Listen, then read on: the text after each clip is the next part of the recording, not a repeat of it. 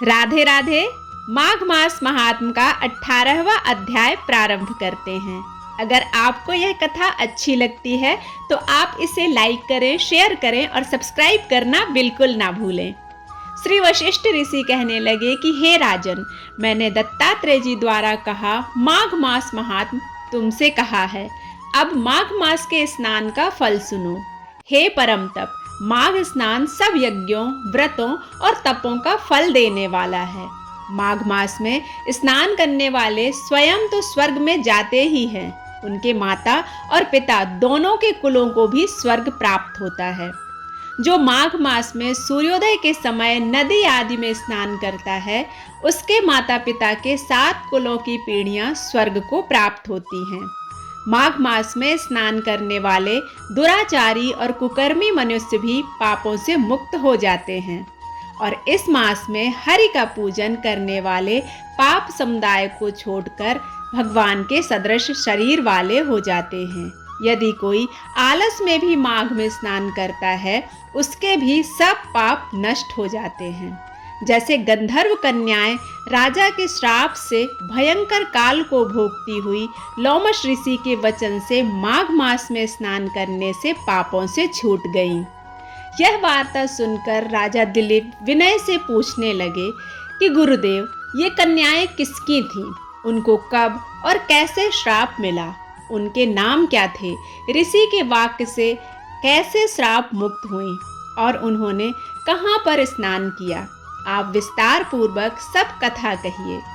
वशिष्ठ जी कहने लगे कि हे राजन, जैसे अरणि से स्वयं अग्नि उत्पन्न होती है, वैसे ही यह कथा धर्म और संतान उत्पन्न करती है।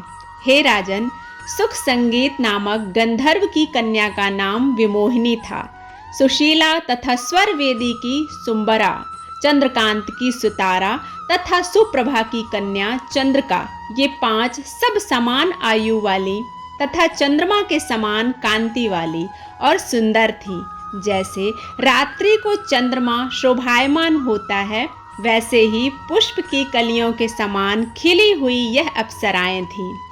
ऊंचे पयोधर वाली पद्मनी वैशाख मास की कामनी यौवन दिखाती हुई नवीन पत्तों वाली लता के सदृश, गोरे रंग सोने के सदृश चमकती हुई और सोने के अलंकारों से सुशोभित सुंदर वस्त्र धारण किए हुए, अनेक प्रकार के गाने और वीणा अथवा बांसुरी तथा दूसरे बाजे बजाने में प्रवीण और ताल स्वर तथा नृत्य कला में निपुण थीं। इस प्रकार वे कन्याएं क्रीड़ा करती हुई कुबेर के स्थान में विचरती थीं।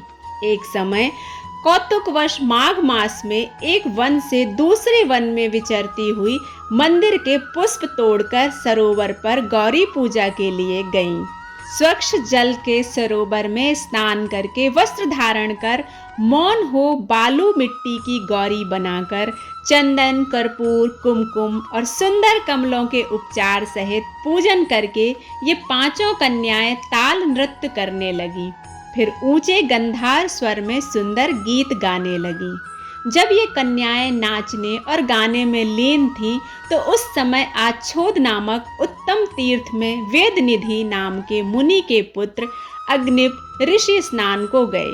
वहां युवा ऋषि सुंदर मुख, कमल सदृश नयन, विशाल छाती, सुंदर भुजाओं वाले दूसरे कामदेव के समान लग रहे थे। शिखा सहित दंड लिए, चर्म मृग ओढ़े, यज्ञोपवीत धारण किए हुए थे। उसको देखकर 5 कन्याएं मुग्ध हो गई और उसका रूप व यौवन देखकर कामदेव से भी पीड़ित हो देखो देखो कहती हुई उस ब्राह्मण के चित्त में कामदेव का डर उत्पन्न करने लगी और आपस में विचार करने लगी कि यह कौन है। रति रहित होने से कामदेव नहीं है और एक होने से अश्विनी कुमार नहीं है।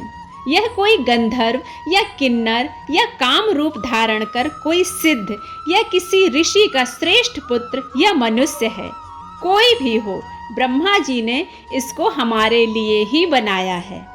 जैसे पूर्व कर्म के प्रभाव से संपत्ति प्राप्त होती है, वैसे ही गौरी जी ने हम कुमारियों के लिए यह श्रेष्ठ वर दिया है।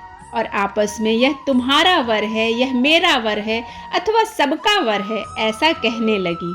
जिस समय उस ऋषि पुत्र ने अपनी मध्याह्न की क्रिया करके ऐसे वचन सुने तो वह सोचने लगा कि यह तो बहुत बड़ी समस्या उत्पन्न हो गई।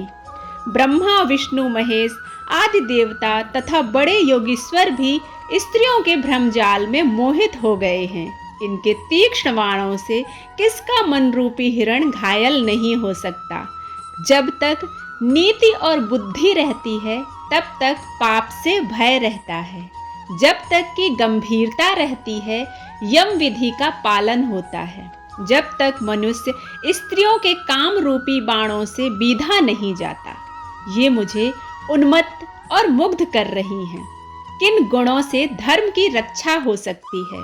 स्त्रियों के मांस, रक्त, मल मूत्र से बने घृणित और अशुद्ध शरीर में कामी लोग ही सुंदरता की कल्पना करके रमन करते हैं। शुद्ध बुद्ध वाले महात्माओं ने स्त्रियों के पास रहना कष्टकारक कहा है।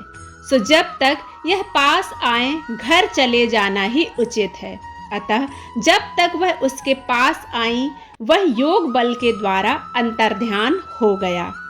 ऋषिपुत्र के ऐसे अद्भुत कर्म को देखकर वह चकित होकर डरी हुई चारों ओर देखने लगी और आपस में कहने लगी कि यह क्या इंद्रजाल था जो देखते देखते विलीन हो गया।